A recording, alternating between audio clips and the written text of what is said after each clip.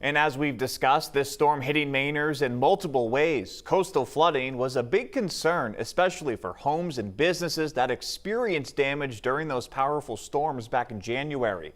Areas like down east and mid-coast regions, which today are seeing powerful seas crash on shore.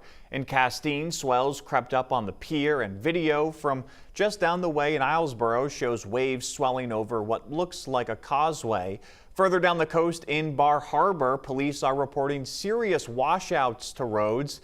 Finally, in the heart of the mid-coast, the seas came ashore in downtown Bath, and so did unmoored boats, which appeared to be getting pushed up against the land in Wiscasset. News Center Maine's Sam Olson and Adam Paul spent the day traveling to southern coastal communities and have more on the storm's impacts there.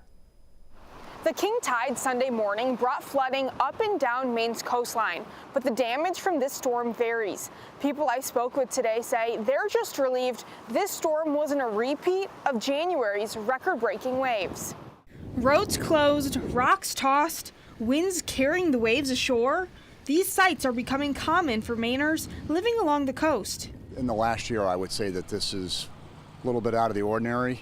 This hasn't been a typical year, Saco Police Chief Jack Clements says as he stands in a flooded roadway near Camp Ellis. We typically close down this intersection once a year. In the last 4 months, I think we've closed it 3 times. This storm is the cherry on top of what has been a couple of busy months as towns try to recover from the back-to-back storms in January. There's going to be a lot of work to get this cleaned up in the spring. Work that some public works crews, like in Old Orchard Beach, were prepared to begin right after high tide rolled through. You can see the crew's been cleaning up. The water was all the way up into the square. We had it all closed off. At king tide, the water flooded the Old Orchard Beach Square. The town manager says she's talked to homeowners in the area who say they're just glad there was minor flooding. As they are trying to recover from January, this on top of it just adds a bit, but thankful that it wasn't as bad. By the afternoon, people were flocking to the beach to catch a glimpse at the strong waves, some saying they've never seen them so big.